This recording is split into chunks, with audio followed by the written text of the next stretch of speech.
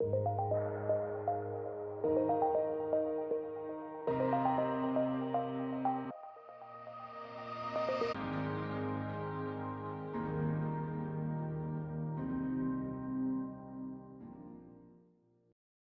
let's stop for a second and say, okay, maybe these structural forces have been going on. Automation in some sectors like manufacturing in the past 20 years, and maybe other sectors like truckers and Uber drivers and taxi cab drivers in the coming years with driverless cars. So what?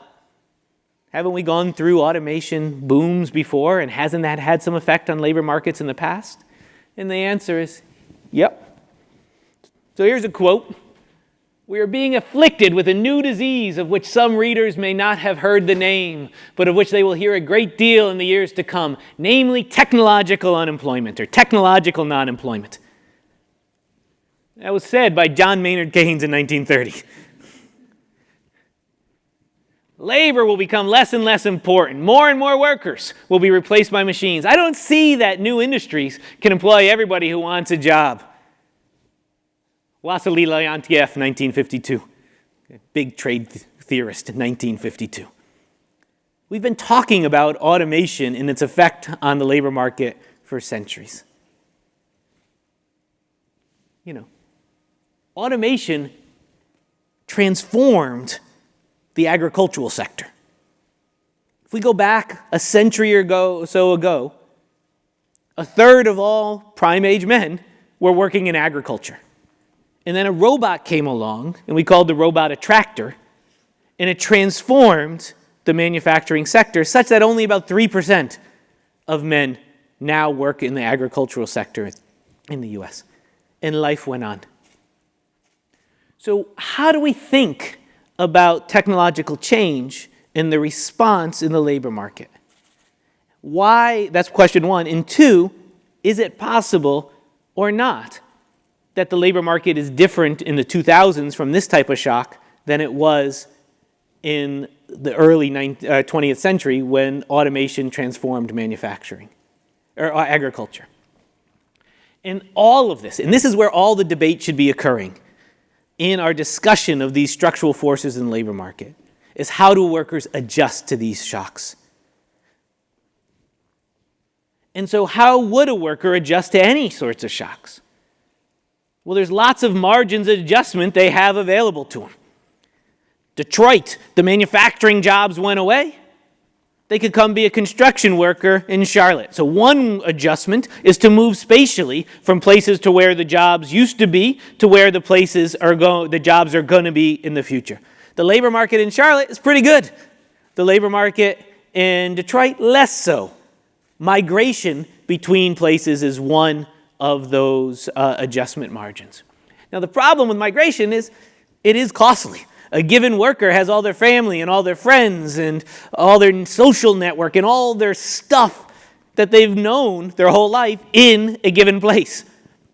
To give all of that up, your grandma as a babysitter, your best friend to talk to when you need it, all of those things, they could be soft, but they are real nonetheless, acts as an impediment to labor market adjustment. But that is kind of something we should be thinking about, not the fact that everything's going to end because of this technology. Second, people could switch industries. Switching industries is something people could do as well. When all those agricultural jobs were lost in the 1930s and 1920s, those workers migrated to manufacturing. They switched from one sector that was declining to another sector that was growing. So switching industries, switching space is some of the adjustment that takes place with these shocks. And then the third of which is sometimes the skill mix between the declining sectors and the skill mix of the growing sectors are not the same. And workers then have to accumulate skill in order to fill the jobs in the new sector.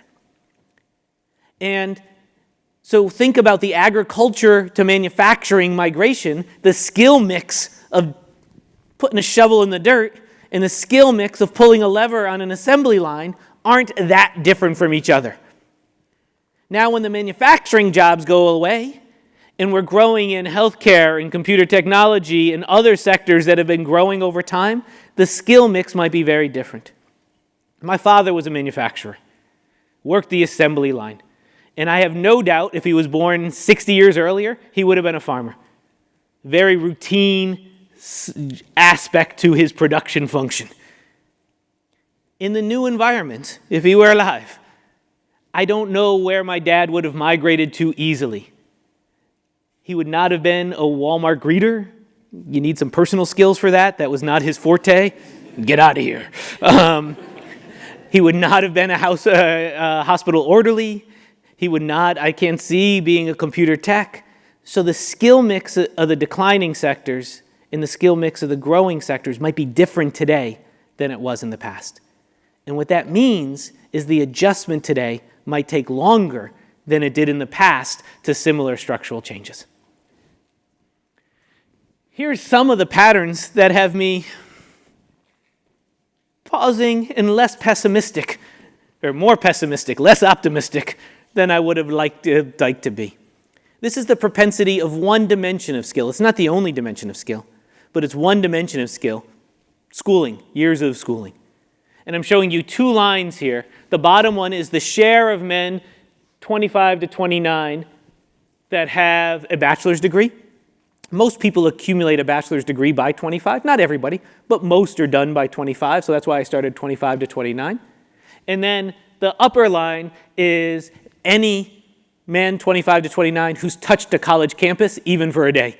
So they could be gone to an associate degree, it could gone to a training program, they could drop out eventually, but it's basically not including a bachelor's degree, but anything also less than that touched a college campus. And a couple things I want you to look at is over a cohort that is almost 30 years wide. The propensity for men to accumulate schooling has been relatively flat. You see a little uptick in recent periods, but we've gone from something like, 55% of men to like 60% of men, and bachelor's degree have gone from something like 28 to maybe 31 or so. These are not huge movements. And if I showed you simultaneously the pictures of women, there you see huge movements. Women have outpaced men. They are responding to the labor market. They are going with a much higher frequency, both in a bachelor's degree and to college campuses, than men. And so somehow, the skill adjustment by this one measure seems sluggish relative to my expectations. And when you couple this with young men are working less, and they're not going to school a little bit more, but not with the ferocity that you see other groups, particularly women, going to school, it makes me think there's something as a potential impediment to this adjustment process of schooling. So what am I doing on time? I'm going to spend 5 minutes talking about potential policies that could be kicked around as a way to deal with these structural policies in employment. And then I'm going to talk about some of them that I think have more bite than others. Because you got to start thinking about, again, what is preventing the adjustment from taking place, if anything, and then are the policies happening on that margin?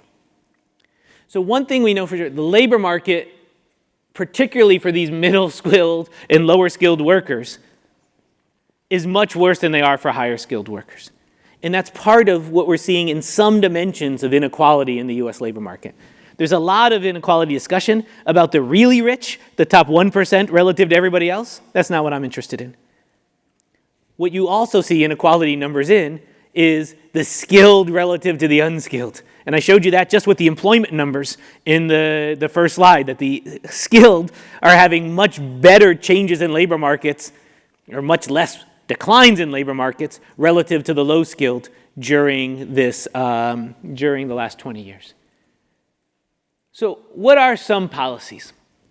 Here's some that come. Some are a little bit more concentrated on the right. Some are a little bit more concentrated on the left, all of which I think are relatively inefficient for this particular problem. So the first have to do with things like corporate tax cuts, and that's going to lift the labor of low-skilled workers. Well, what's going to happen, which I do believe, and I'm a big fan of corporate tax cuts, for lots of reasons. In particular, my favorite reason is it gets rid of accountants, which I hate. It's very distortionary. These are smart people. If you're an accountant, I apologize. But you're very smart. You should do something else. So by reducing corporate taxes, you have a whole bunch of labor that's basically allocated to mitigating tax burden that could then be reallocated to Googling and other productive uses for society. And that's a big fan why I'm reducing corporate taxes. Okay. On top of that, okay, the policies to reduce corporate taxes as a low-skilled labor market policy, which is some of the corporate tax cut was sold in this dimension, has to do with the fact that they believe that by reducing taxes, firms will do more investing, that increase in investing will increase the labor demand of workers. But here's the thing. It goes back to what we started with. Is that investment going to be complements or substitutes with workers in the economy? And if firms are now making investments in automation in response to the incentives of low corporate taxes, which might be fantastic for firm investment going forward, it could still not be that efficient for reducing the labor market outcomes for those at the bottom of the distribution if firms are then automating in response and displacing workers. So that's something to think about when we talk about tax policy, because tax policy is usually embedded on a complementarity between investments and workers. But if now there's some substitutability between those investments, it could actually have harming effects to low-skilled workers, or certainly not as positive effects as we would have thought otherwise. Trade policy, what we've already talked about, for the same type of reason. Bringing trade barriers to bring manufacturing back to the United States, again, will increase manufacturing output, but in a way that displaces labor if they're making investments in automation at the same time. And at a minimum, you might not see big employment effects despite the fact that you're seeing big output effects. And that's kind of what we've seen in the last last 2 years in response to firms with the tariffs. They are increasing output and relocating some production back to the US, but they're not hiring low-skilled workers because they're doing so in an automating way. Universal basic income is also a policy that I'm not a huge fan of for this particular problem. Why? Because if I start paying you not to work, it slows down the adjustment process. And again, what we need is people to get the skills that are going to then allow them to be successful in the labor market going forward. And anything that acts as a deterrent to those skill acquisition is going to be something that's going to slow down the adjustment process and keep things from equilibrating over long periods of time. One very liberal, one very conservative, all of which I don't really think are going to help the problem. So what am I in favor of? And then I'll open up to questions right after this. We'll conclude. So there's a few policies that I'm a big fan of, some of which are uncontroversial. I think most people on the right and left are in favor of expanding the earned income tax credit. Why? Because that subsidizes people to work. So it allows people to say, instead of sitting idle, I'm going to give you an increasing return to just working some. Now, the richer you get, it goes away. But getting some people into the labor market, and hopefully they start acquiring skills to generate, to fit into those labor markets, is a policy that I think could help on this problem. And again, I think there tends to be more bipartisan support of that. And then if the issue is really some sort of friction in people's skill acquisition, then I'm in favor of ways to basically think about promoting skill acquisition somehow. So the first of those is thinking about tax subsidies potentially for apprenticeships and manufacturers. Why do I need subsidies? Because there's a coordination problem among the firms that nobody wants to be the only one who does apprenticeships for their workers. Because if you start trading your workers in an apprenticeship, as soon as you train them, I'm going to hire them away. And I could pay them a lower wage than you because I don't have to recoup the training costs. So I need all of us to engage in apprenticeships simultaneously for this to sustain as an equilibrium. This is kind of like the German model, where they basically have not so much top subsidies, but there is an equilibrium where most German firms are promoting some sorts of low-skilled apprenticeships as part of human capital acquisition in sectors like manufacturing. Second, this is just something that, when I'm thinking about the way we design our education system, does everybody really need to know trig in 10th grade for the 10th grade, that's my kid. 12th grade for the labor market that is they're going to be entering in the near term? And the answer maybe not. And so is there ways we could think about providing some skills for the labor market directly in our high school system that could then more easily translate to the labor market? And that's a big question that I don't know if I have the answers to, but it's definitely worth pondering. Okay, so that's where I'm going to conclude. I have some other stuff on technology's effect on labor supply, but I'll summarize in a sentence that technology could also affect labor. So when you hear about the newspaper about technology, and particularly things like video games and things like that, rising the reservation wage of young workers, that was my research. So there is some evidence that technology historically affects not only the return to market work, but also the return to leisure, and how the relative movement of the return to market work and the return to leisure is what determines labor supply. And sometimes the return to leisure outpaces the return to market work, and that could have an additional effect. And I have some data on young men and how they've allocated their time, particularly the non-working young men. And they're spending a lot of time playing video games even though they're not working. And then I have a way to tease out whether that's because they have nothing else to do or whether there's some effect of technology on labor supply. And I find there is some effect, but it's small. Most of the effect is labor demand, but there is some effect from labor supply. The last slide I would have showed you is those labor supply effects get a lot better if you have somebody feeding you. And so the cohabitation rates of young people in their 20s with their parents have been dramatically changing in the last 15 years in the US, such that now that about 40% of all less educated men and less educated women live with their parents into their 20s or 30s, relative to something like 30% in the early 2000s. So you're starting to see shifts in cohabitation patterns. What is causal there? I have no idea. I just find it interesting.